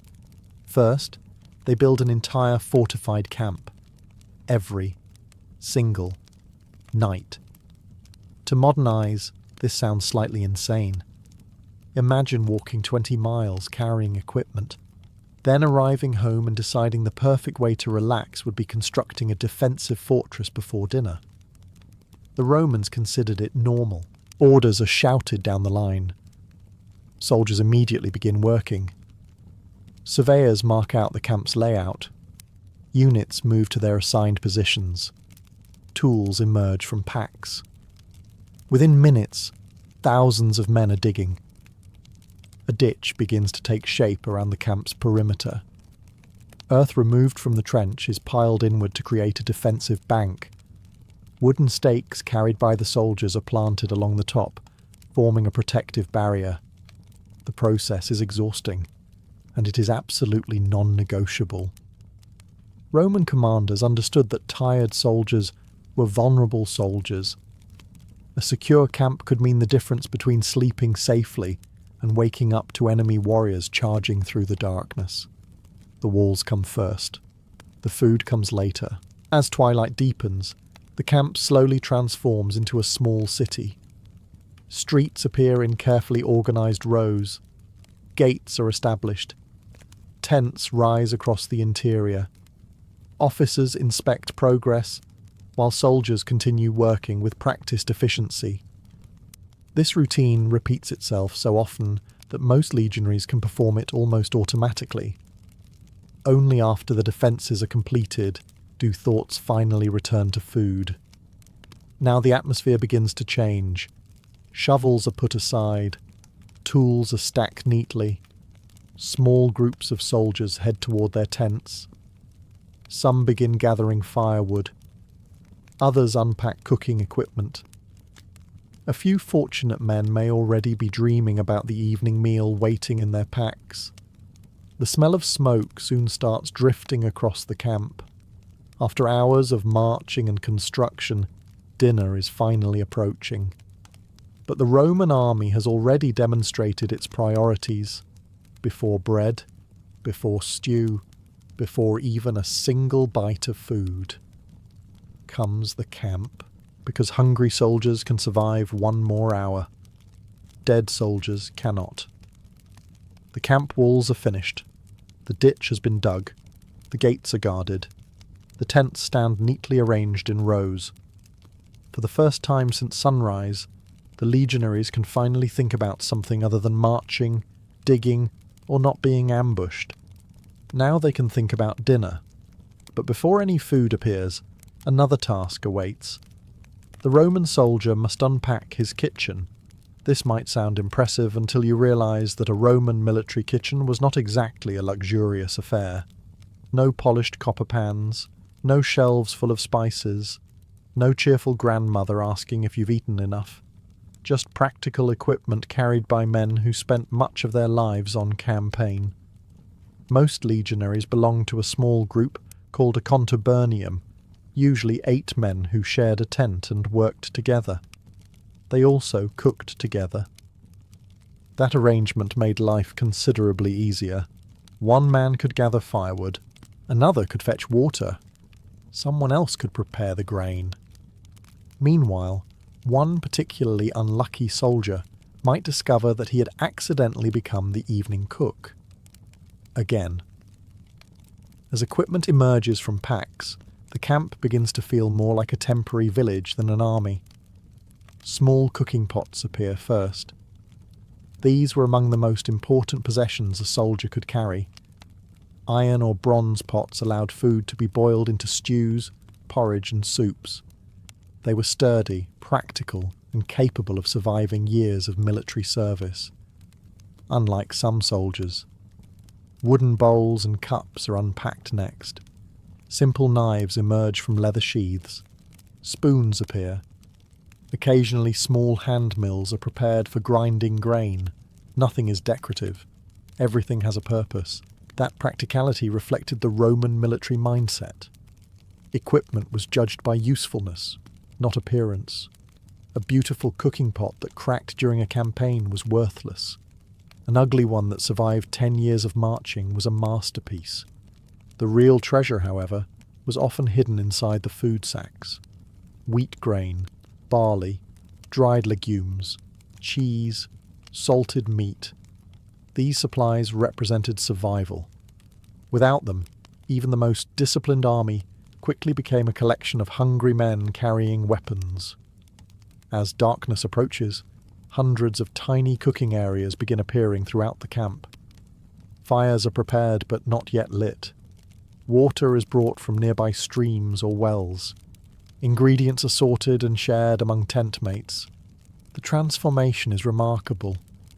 Only an hour earlier, these men were labourers building fortifications. Now they are cooks preparing supper. The evening meal is still not ready. But the tools are in place. The ingredients are waiting. And across the camp, thousands of hungry Romans are about to begin one of the most important tasks of military life, turning rations into dinner. The cooking pots are unpacked. The grain sacks have been opened. The soldiers are hungry. There is just one small problem. None of this food can be cooked without fire, and fire requires fuel. As the last daylight begins fading from the sky, groups of legionaries leave the safety of the camp and spread into the surrounding countryside. Some carry axes, others carry bundles of rope. Everyone understands the mission. Find wood. Find a lot of it, and find it quickly. This may not sound particularly dramatic. After all, gathering firewood is hardly the sort of task that usually appears in heroic military paintings. Nobody commissions a statue titled "Victorious Roman Carrying Sticks." Yet the Roman army understood a simple truth. An army marches on discipline, but it sleeps better after a hot meal. Wood is needed for cooking bread, boiling porridge, preparing stews, and warming cold soldiers after difficult marches. Without fuel, the evening meal becomes considerably less appealing. Few things damage morale faster than chewing dry grain after a 20-mile march. The easiest solution is nearby woodland. If the camp has been established near forests or groves, soldiers can quickly gather fallen branches and dead timber. Experienced legionaries know exactly what to look for. Dry wood burns best. Green wood creates smoke. Lots of smoke. The kind of smoke that makes everyone cry while pretending they are not crying. Not every campsite is so convenient, however. Sometimes the army marches through open countryside where trees are scarce. In such cases, gathering enough fuel becomes much more difficult. Soldiers may need to travel farther from camp or rely on smaller materials such as brush and shrubs. Weather creates additional challenges. A week of rain can turn a simple task into a miserable ordeal. Wet wood burns poorly, damp fires produce more smoke than heat. Cooking takes longer. Dinner arrives later. Nobody is happy. Winter campaigns can be even worse. Now the soldiers need fuel not only for cooking, but also for warmth. A freezing legionary tends to become very enthusiastic about finding firewood. As darkness deepens, men begin returning through the camp gates carrying armfuls of branches. Small piles of fuel appear beside tents throughout the camp. Soon the first fires flicker to life. One by one, orange points of light spread across the Roman camp. The smell of smoke fills the air. The crackling of burning wood replaces the sound of marching boots. At last, the camp begins to feel alive. The fuel has been gathered. The fires are burning. And now the most labour-intensive part of dinner can finally begin. The grain must be ground. The firewood has been gathered. The cooking fires are finally burning. The smell of smoke drifts through the camp as darkness settles over the Roman countryside. At last, dinner seems close. Then someone remembers an unfortunate detail. The grain still needs to be ground. For many Roman soldiers, this was the least exciting part of the entire evening. Marching 20 miles was difficult. Building a fortified camp was exhausting. Grinding grain afterward somehow managed to feel even worse. Unlike modern people, Roman soldiers did not receive neatly packaged loaves of bread ready for consumption. The army commonly distributed grain as part of its rations, usually wheat. This had advantages. Whole grain travelled well, spoiled slowly, and could survive long military campaigns. The disadvantage was obvious. Someone had to turn it into flour. That someone was usually the soldier. Across the camp, hand mills begin appearing beside the fires. These simple devices consisted of 2 heavy stones. Grain was poured between them and crushed by rotating one stone against the other. The process was straightforward. It was also incredibly repetitive. Imagine spending an entire day marching under the sun, carrying armour, weapons, tools and supplies. Then imagine being told that before dinner you need to spend another hour turning a stone in circles. The Roman army rarely concerned itself with your opinion on the matter. So the work begins. The grinding produces a steady sound throughout the camp. Stone scraping against stone, grain cracking and breaking apart. Small clouds of flour dust floating into the evening air. Members of each contubernium often shared the task. 8 men lived together. 8 men cooked together. And when possible, 8 men complained together. Conversation helped pass the time. Stories from previous campaigns are exchanged. Rumours spread through the camp. Someone claims he once saw a German warrior taller than a horse. Nobody believes him, but the story is entertaining enough to survive another evening. Slowly the flour accumulates. Some groups mix it with water to create a simple dough for flatbread. Others prepare porridge, which requires less effort and fewer cooking steps.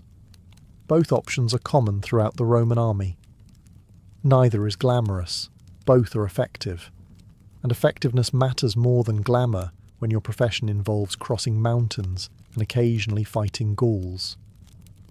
As the grinding finally comes to an end, weary soldiers stretch aching arms and examine the results of their labour. The grain has become flour. The flour can become food. For the first time all evening, dinner feels genuinely close. Now the cooking can truly begin. The grain has been ground. The fires are burning steadily. The hardest work of the evening is finally over. Now comes the reward. Dinner. Across the Roman marching camp, hundreds of small cooking fires flicker in the darkness. What had been a construction site only a few hours earlier now resembles a sprawling village. Smoke curls upward into the night sky. Pots hang over flames. Soldiers gather around their cooking areas, eager for the first proper meal since the day's march began. This is the moment everyone has been waiting for. The meal itself is not luxurious. Far from it. Roman military food was built around practicality. The army needed meals that could be prepared quickly, transported easily, and provide enough energy to keep soldiers marching and fighting. Fortunately, practical food often becomes surprisingly appealing when you've spent the day carrying 70 pounds of equipment. One of the most common dishes is pulse, a thick porridge made from wheat or barley. Flour is mixed with water and slowly heated over the fire until it becomes a filling, hearty meal. It is not beautiful, it is not exciting, but it is warm. And after a long day on the road, warm food can feel like a gift from the gods. Nearby, another group is baking flatbread. Small rounds of dough are pressed onto heated stones or placed near the coals. The smell of fresh bread spreads through the camp. Suddenly, everyone becomes very interested in whose bread is almost finished. Legumes frequently appear as well. Lentils, beans, and peas are common ingredients in Roman military cooking. They store well, travel well, and provide valuable nutrition. Added to a pot with water and a few seasonings, they create a simple stew capable of feeding several hungry soldiers. Vegetables might also find their way into the meal. Onions, garlic, leeks, and cabbages are especially useful.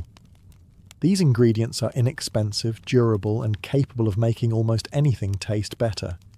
Even Roman soldiers understood the magical powers of garlic. Many meals combine several ingredients into a single pot. Grain, vegetables, legumes, and bits of preserved meat simmer together over the fire. The result is less a carefully crafted recipe and more a practical solution to the problem of hunger. Yet there is something comforting about it. The day's marching is over. Weapons are stacked nearby.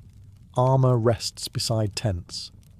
For a short while, the soldiers are not builders, labourers, or warriors. They are simply men sharing food with friends. As steam rises from the cooking pots and the first bowls are passed around, the camp settles into a quieter rhythm. The evening meal has finally begun. The porridge is simmering. The bread is baking. The camp is finally beginning to smell less like a construction project and more like a place where human beings live. Yet while grain formed the backbone of the Roman military diet, soldiers did not survive on porridge alone. Sooner or later, everyone wanted meat. The challenge was getting it. Feeding a few hungry men is difficult enough. Feeding an entire legion, along with its support staff, animals, and accompanying personnel, was a logistical puzzle that would make modern event planners develop a sudden interest in early retirement. The Roman army solved this problem through organisation. Lots of organisation. One of the most common sources of protein was salted pork. Pork was relatively easy to preserve and transport, making it ideal for long campaigns. Large pieces could be packed in salt and stored for extended periods without spoiling. The downside was that it could become extremely salty. After several weeks on campaign, a soldier might begin dreaming of food that did not taste as though it had spent its life at the bottom of the Mediterranean Sea. Still, hunger is an excellent seasoning. The pork was often chopped into stews or boiled alongside vegetables and grain. Even a small amount could transform an otherwise ordinary meal into something far more satisfying. Bacon was another favourite, not because Romans were secretly modern people, because bacon has been improving morale for thousands of years. Cheese also played a major role. Durable, nutritious, and easy to transport, it provided valuable protein when fresh meat was unavailable. A chunk of hard cheese could survive conditions that would destroy many other foods. Roman soldiers learned to appreciate such reliability. Fresh meat appeared less frequently, but was highly valued. Livestock sometimes accompanied military columns. Animals could be slaughtered when necessary, providing fresh supplies for the troops. Local purchases also supplemented rations. In friendly territories, merchants often followed armies. eager to sell food to thousands of customers who happened to be carrying swords. Sometimes soldiers hunted. Sometimes commanders arranged large-scale supply deliveries. Sometimes captured enemy stockpiles, unexpectedly improved dinner. One of the great advantages of winning a battle was discovering that the enemy had thoughtfully gathered food in one convenient location. Behind every meal stood a vast supply network stretching across the empire. Farmers, merchants, wagon drivers, sailors, quartermasters, and countless labourers all contributed to keeping food moving toward the front lines. Most soldiers rarely thought about this system. They simply saw a bowl of stew. Yet without that logistical machine, the Roman army would have struggled to march very far at all. As the meat finishes cooking and the aroma spreads through the camp, one truth becomes clear. Armies may win battles, but logistics wins wars. The meat has been cooked. The stew is ready. The bread has cooled enough that it no longer threatens to remove the roof of your mouth. At last, the soldiers can sit down and eat. But in a Roman marching camp, meals were rarely solitary affairs. Every legionary belonged to a contubernium, a small group of 8 soldiers who shared a tent, equipment, duties, and daily life. If the Roman army was a giant machine, the contubernium was one of its smallest and most important parts. These men marched together, worked together, fought together, and every evening they ate together. Around hundreds of campfires, groups of soldiers settle onto stools, packs, or whatever happens to be available. Bowls are passed around. Bread is torn apart and shared. Someone ladles stew into wooden dishes. The atmosphere changes immediately. The formal discipline of the day begins to relax. Not disappear, just relax. For the first time since morning, the men can enjoy a few moments of normal conversation. Stories start flowing as freely as the wine. One soldier complains about the day's march. Another claims the distance was nothing compared to a campaign he experienced years earlier. A veteran describes a battle in Gaul for what is probably the 100th time. The details become slightly more impressive with every retelling. By now, the enemy warriors are practically giants. No one minds. The story is part of the entertainment. Humour thrives around these fires. Roman soldiers were notorious for joking, teasing one another, and complaining about officers whenever it seemed reasonably safe to do so. Every group had its personalities. The loud one, the reliable one, the one who somehow managed to burn dinner despite having cooked it dozens of times before, the one who always borrowed things and mysteriously forgot to return them. Military life created strong bonds. After all, these were the men who would stand beside you during a battle. Trust mattered. Shared meals helped build that trust. The evening fire became a place where friendships formed and strengthened. It also became a place where information spread. News travelled quickly through the camp. Rumours about future campaigns, possible promotions, enemy movements, and distant events passed from group to group. By the end of the evening, half the camp might be discussing a story that had started as a simple comment over dinner. Some rumours were true, many were not. Military camps have never lacked creativity. As darkness deepens and the meal draws to a close, the contubernium settles into a comfortable rhythm. Tomorrow will bring another march, another camp, another evening meal. But tonight, gathered around a shared fire, 8 soldiers enjoy something almost as valuable as food: companionship. The evening meal with the contubernium has restored spirits. The bread is gone. The stew pot is nearly empty. The soldiers are relaxed for the first time all day. Most nights in a Roman marching camp followed this predictable pattern. Grain, porridge, bread, legumes and preserved meat formed the foundation of military life.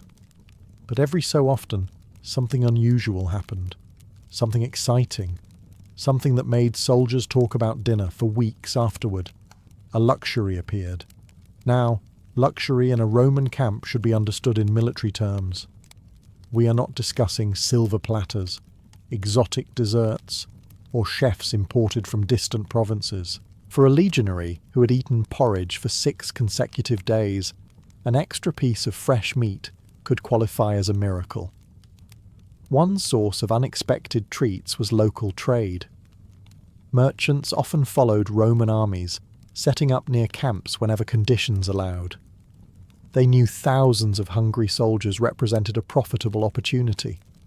If a soldier had a few coins to spare, he might purchase fresh fruit, vegetables, wine, honey, eggs, or other foods unavailable through standard rations. Suddenly, dinner became far more interesting. A handful of fresh apples could feel like treasure after weeks on the road. Then there was hunting. Occasionally, soldiers managed to catch rabbits, deer, birds, or other game. A successful hunt could dramatically improve the evening meal. The lucky hunters instantly became the most popular men in the tent. Strangely enough, this remains true in most centuries. Campaigns in fertile regions also provided opportunities for fresh supplies. Farmers sold livestock, villages offered produce, markets became available. Entire armies could temporarily enjoy a more varied diet than usual. And then there was the most famous source of unexpected abundance: victory. Victorious armies often captured enemy food stores. Grain, wine, livestock, and preserved foods could suddenly fall into Roman hands. After weeks of strict rations, such discoveries transformed camp morale almost overnight. The defeated enemy rarely appreciated this arrangement. The Romans, however, tended to view it quite favourably. Special occasions could bring additional rewards. Commanders sometimes distributed extra wine after important victories or successful campaigns. Religious festivals might involve sacrifices followed by communal feasts. On rare occasions, entire units enjoyed celebrations that broke the monotony of military life. For a few hours, the hardships of marching seemed far away. The soldiers laughed louder. The conversations lasted longer. The food tasted better. Tomorrow, the ordinary routine would return. The porridge, the bread, the endless marching. But tonight was different. Tonight, the Roman soldier enjoyed a reminder that even in one of history's most disciplined armies, there was still room for the occasional luxury. The special meal is over. The extra wine has been drained. The last scraps of bread have disappeared. The laughter around the campfires begins to fade as the evening grows late. Across the Roman camp, darkness settles over thousands of men preparing for another day on campaign. The fires still burn, but not as brightly as before. Most of the cooking is finished. The pots have been scraped clean. And now, for the first time since dawn, the soldiers can rest. It is a remarkable transformation. Only hours earlier, this patch of land was empty countryside. There were no streets, no walls, no gates, and no tents. By nightfall, Roman discipline has created an entire temporary city,